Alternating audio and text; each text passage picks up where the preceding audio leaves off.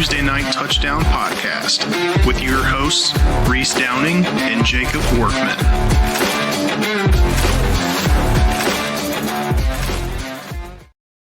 What's going on, guys? It is TNT Tuesday Night Touchdown Podcast, NFL edition. It is here, week one picks. It's about time. We've been waiting on this for a while. With me, as always, is the fine citizen, Mr. Jacob Workman. Jake, how's it going, brother? Everything's good. I'm ready for football to start. Season ended terribly last year and a huge upset for us, so I'm ready to get a new season started. Yeah, well, we're going to get into that game here before too long because the Lions come into week one as underdogs, surprisingly. So we'll talk about that here when we get to that game. But let's go ahead and jump into news and notes. The big discussion here, to nobody's surprise, obviously I'm a Cowboys fan. We've got Taxis who comes on here, also a Cowboys fan. And even if you're not a fan of the Cowboys or Packers, this was huge news. Micah Parsons did get traded from the Dallas Cowboys to the Green Bay Packers for 2026 and 2027 first-round draft picks and defensive tackle Kenny Clark. After the trade, Micah Parsons signed an extension 4 years, $188 million. $120 million of that is guaranteed. He also got a $44 million signing bonus. That puts Green Bay in a tight cap space. They've got $14 million left this year, like $10 million the year after that. On the flip side of the equation, Dallas had over $40 million in cap space after this happened. They've already used some of that to sign an extension to Deron Bland, to agree to a 4-year, $92 million extension. And it sounds like they're working on Tyler Smith to get him locked in long-term as well. Jake, what were your thoughts on the trade now that you've got the Lion in the NFC North? Yeah, I don't know. I wish Jerry wouldn't have traded him to an NFC team. You would think that's pretty stupid for your own sake, but it's Jerry.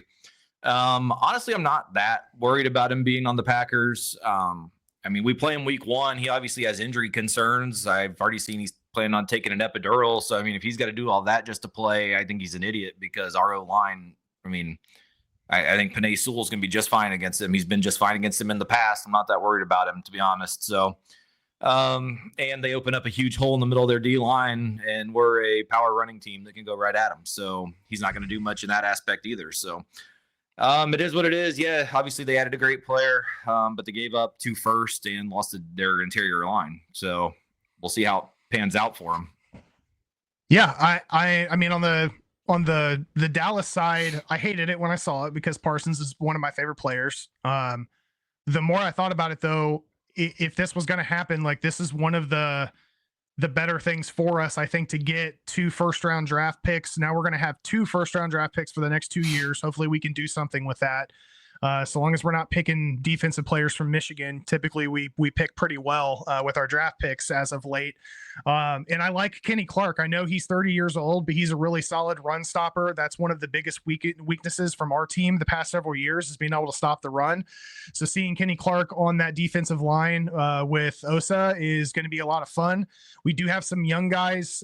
We drafted D from in our second round pick for defensive end. We have Sam Williams. We brought Dante Fowler Jr. back.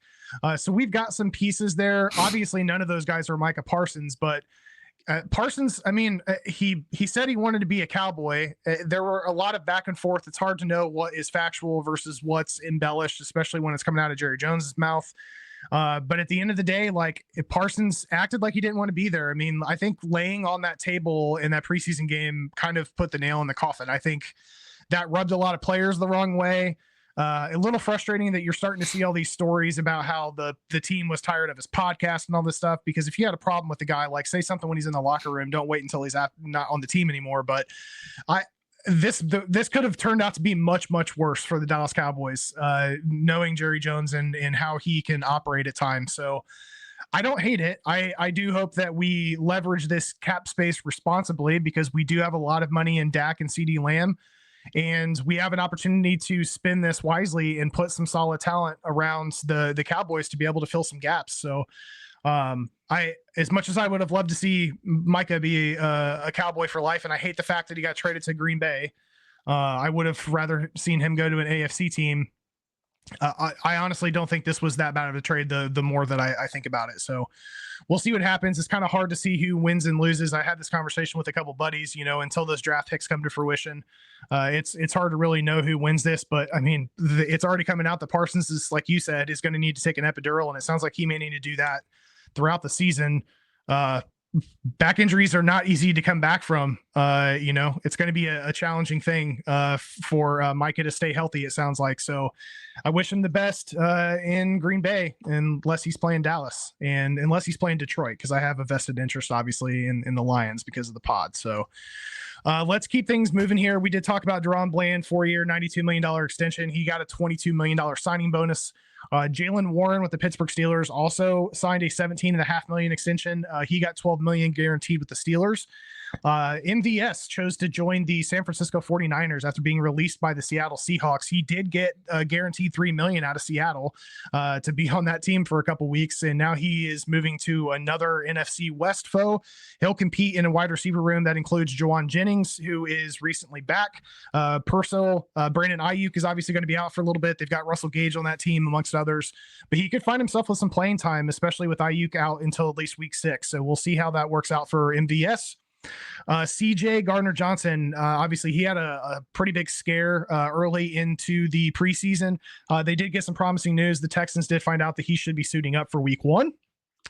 Quinshon Judkins, he may be back with the Browns as early as this week, but he's still yet to sign his rookie contract, in addition to waiting to hear if he's going to be facing a suspension from his domestic violence and battery charge back in July. Just a few days before the season starts, so we'll see if they get something done before the Bengals game. Otherwise, they're going to be rolling with Jerome Ford as their RB1 for the opener. And the last thing here, I just wanted to touch base on.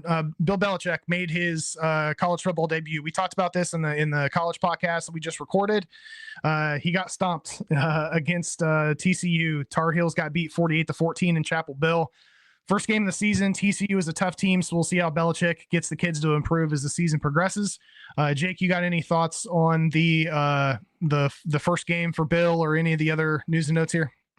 No, I mean, we talked about it a lot on the college episode. It is what it is. A lot of overreaction. Obviously, the hype was there. The buildup was there. It's kind of what we expected, to be honest. I mean, 95 new guys on the team and a whole new coaching staff. You don't know what you're going to get. The Judkins thing is interesting. Obviously, Browns and decision making are 1-1. CJ GJ, hopefully he is back ready to go. I liked him when he was in Detroit, even though when he left, he talked some shit, but he is what he is. And then just on the comment, if you saw our friend Ike, he has said that our podcast is better than Micah Parsons' podcast, The Edge. So I love it. I'll take it, especially now. 100%. We appreciate that, Ike. All right, guys, that's it. We don't have a whole lot of news and notes this week because we covered a lot last week. So we're going to jump right into it. We're hopping right into game picks. So we're going to kick things off here. The NFL season kicks off on Thursday. The Dallas Cowboys are traveling to Philadelphia to play the Philadelphia Eagles Thursday, 8:20 p.m. EST on NBC and Peacock at Lincoln Financial Field. Over under is 47.5. Philly is favored by 8.5. Jake, who you got? Yeah, it's banner night in Philly, and I think it will be just the beginning of the end for Dallas in this one. I'm going to take Philly to cover the 8.5 and a pure ass beating. No, pure ass beating. Okay. All right. Well, Eagles have won 5 of the last 6 in Philly. So as of late, Dallas has struggled to get a W on the road in PA. Parsons' situation is obviously going to have an impact on how Dallas can slow down the pass, which is a little concerning. Guys like Kenny Clark and Trevon Diggs, if Diggs does get to suit up in week 1, they're just getting on the field with the team, so that may not necessarily help. But all that said, Dallas has started the season off well against the divisional opponents. Dak is 4-1 with a 71% completion percentage and 127.4 passer rating against Philly since 2021, I believe.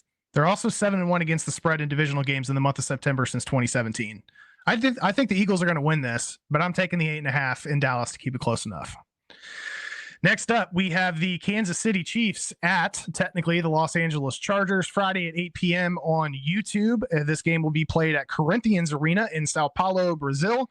Over under in this game is 45.5. KC is favored by 3. Yeah, I think this will be a fun one. Another divisional matchup to start the year.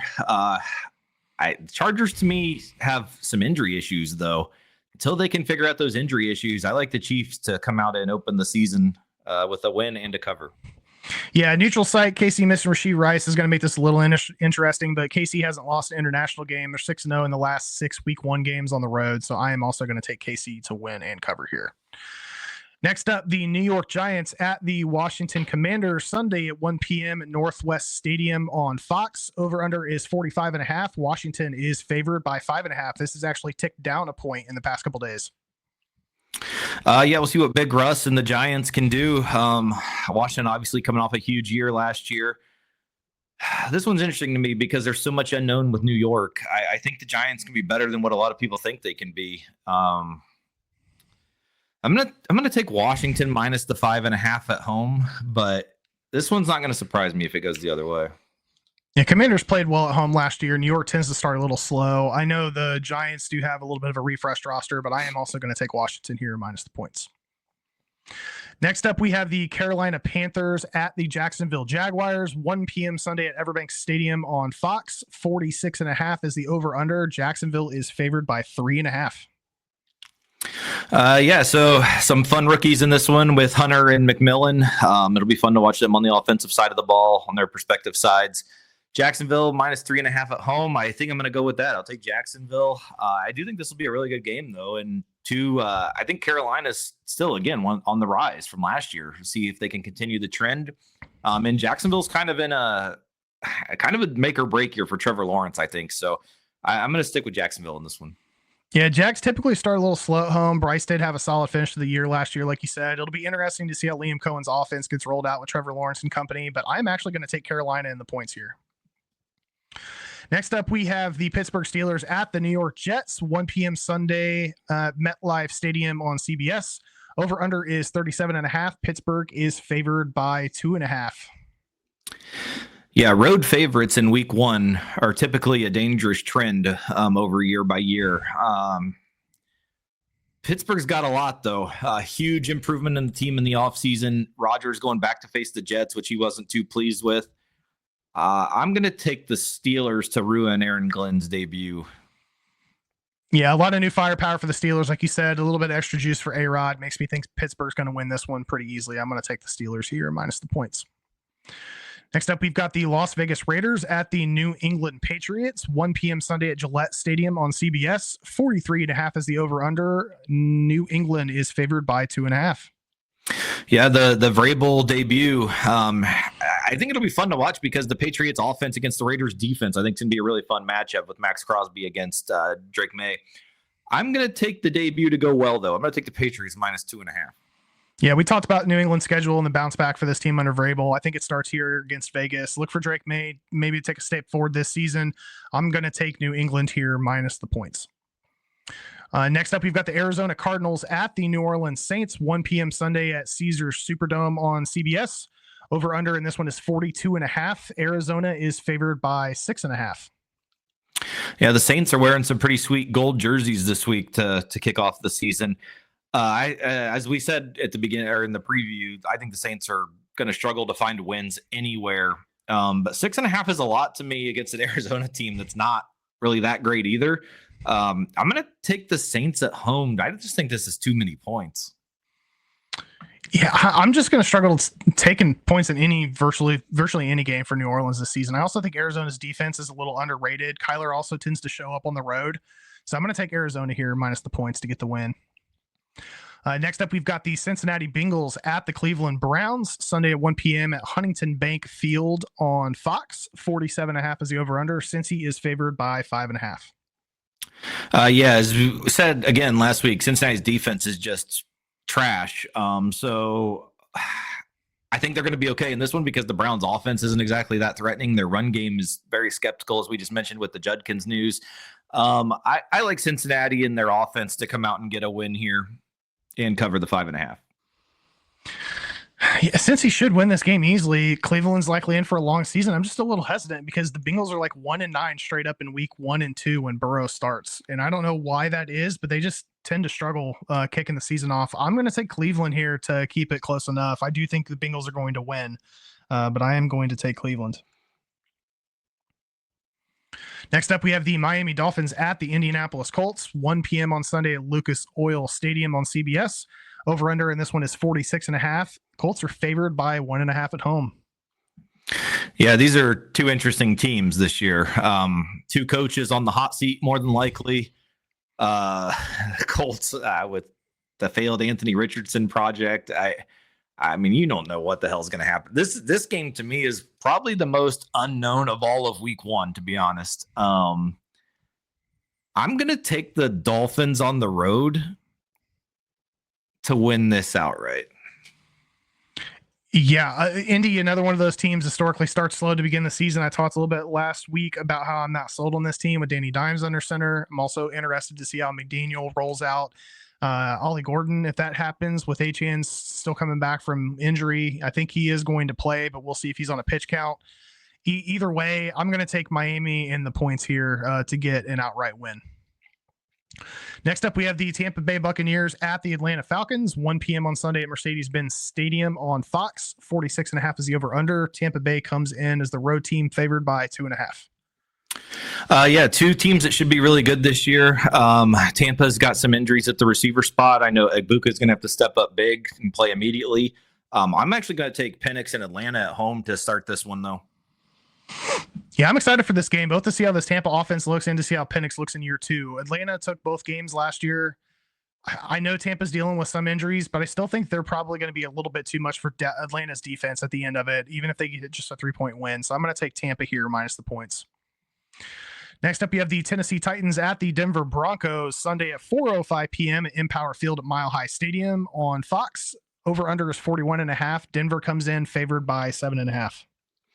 Yeah, Cam Ward coming out with his debut game at Denver against Jahdae Barron and Surtain. That's quite the matchup for your first game. 7.5 to me does seem like a lot. Like I feel like this is more maybe 6.5 is what it should be. I know the whole world is on Denver, and I think that's boosting them up a little bit. I'm not quite as high as the rest of the world is on them. I'm actually going to take Tennessee to get a cover here. All right. Yeah, I talked last week about how I'm pretty high on this Denver team. This is not an ideal scenario for a rookie quarterback in week one to go up against this defense. I just think they're going to cause a lot of problems, force Ward to make some mistakes. I'm taking Denver here minus the points at home. Next up, we have the San Francisco 49ers at the Seattle Seahawks, Sunday at 4:05 p.m. at Lumen Field on Fox. Over under is 44.5. San Francisco comes in as the road team, favored by 2.5. Yeah, this is another interesting game. There's so many question marks for these teams. I think it is going to be kind of a get back to normal case for the 49ers this year. On the road week one, man. Yeah, I'll go Niners minus 2.5. This is probably my least confident pick, though. Yeah, I'm looking forward to seeing how this run game in Seattle looks under Kubiak now that they've made the transition from Grubb. I think this is a sneaky little game for Seattle to grab in week one, so I'm going to take the Hawks and the points here with them being at home. Here it is, Detroit Lions at Green Bay Packers, Sunday, 4:25 p.m., Lambeau Field on CBS. Over under 47.5. Green Bay comes in favored by 2.5. Yeah, we've kind of taken over Lambeau the last 3 years we went there. Even sent Aaron Rodgers out of the playoffs in his final game as a Packer. I think we are so much better of a team this year than last year. I think we're well prepared for this game. Dan MCDC came out and said today that Aiden Hutchinson looks the best he's ever looked with the way that he's hitting the edge and the way he's turning and moving. I think that this is a Lions win, so I will take them straight up again. I am with you. I am taking Detroit to get an outright victory in Lambeau in week one. Next up, we have the Houston Texans at the Los Angeles Rams, Sunday, 4:25 p.m. at SoFi Stadium on CBS. 44.5 is the over-under. Rams come in favored by 3. Damn TV execs making me watch the Lions and Rams at the same time.